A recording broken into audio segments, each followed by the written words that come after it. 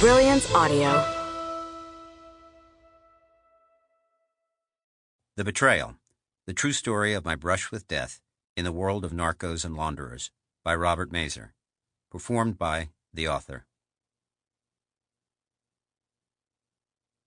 In solemn remembrance of more than 22,000 U.S. law enforcement officers who made the supreme sacrifice in the line of duty and are honored on the blue-gray limestone walls of the National Law Enforcement Officers Memorial in Washington, D.C. Source materials. The events referenced in this book occurred. The names of several of the characters have been changed to protect their identities. While I was writing this book, many of the individuals referenced consented to interviews, and in some cases, recorded interviews. Through numerous Freedom of Information Act requests and other legal processes, I obtained copies of undercover meeting transcripts, recordings, and reports related to this story. The majority of the conversations quoted are verbatim, but in instances where the transcript dialogue rambled or I had no transcript, I took literary license and recreated conversations from my recollection, references in reports, the recollection of individuals I interviewed, and my experience as an expert in money laundering and drug trafficking. Preface: A Brush with Death. Panama City, Panama, September 24, 1993. A cool shower rolled in from the surrounding mountains, dousing Panama's scorched streets. Through a mist of steam, Robert Baldasare and one of his bodyguards approached their offices at Charter Management Group.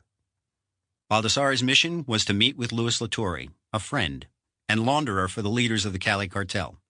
Baldasare had won Latorre's trust nearly 2 years before, at a meeting in a Doral Beach hotel penthouse, when both men took the chance of revealing their secret lives. Through a dizzying maze of import-export transactions funneled through the hands of dozens of dirty bankers, Latorre managed a team of launderers that made the return of cartel's drug fortune into Colombia appear to be the innocent repatriation of export revenue from hundreds of front companies. Years of Baldasare's enchanting the mafia of Colombia and Panama had convinced them he was one of them, a serpentine professional feeding off the profits of the drug world.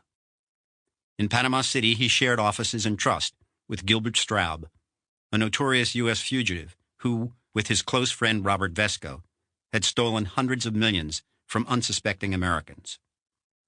Straub may have fled the United States for Panama, but he took with him his relationships with mafia royalty, drug dealers, bag men for politicians, and even Russian KGB officers.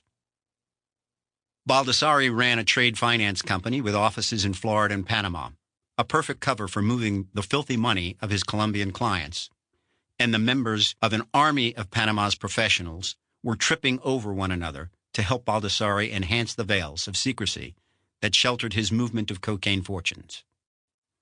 As Baldasare waited in his pretentious office suite, the twin engines of a Cessna 421C, Golden Eagle, whined toward Punta Patilla Airport in downtown Panama City.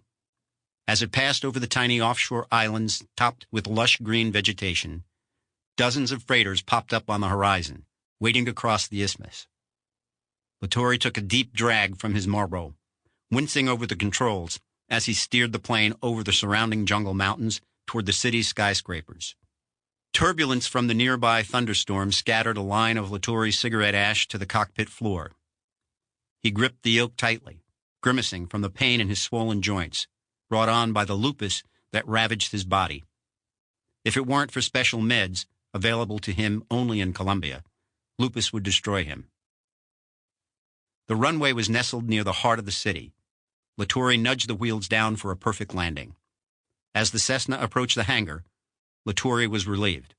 "There's Raul in Santiago. Let's shut her down." He shouted orders at a guard stationed near the plane. "Refuel her. We're headed back to Bogota in 2 hours, not a minute later." Latorre and his co-pilot joined two locals waiting in an SUV. A cache of assault weapons was strewn behind the back seat. The stocks of the machine guns chattered against one another as the SUV hit a bevy of potholes. Latorre noticed that one of the AK-47s Sample complete. Ready to continue?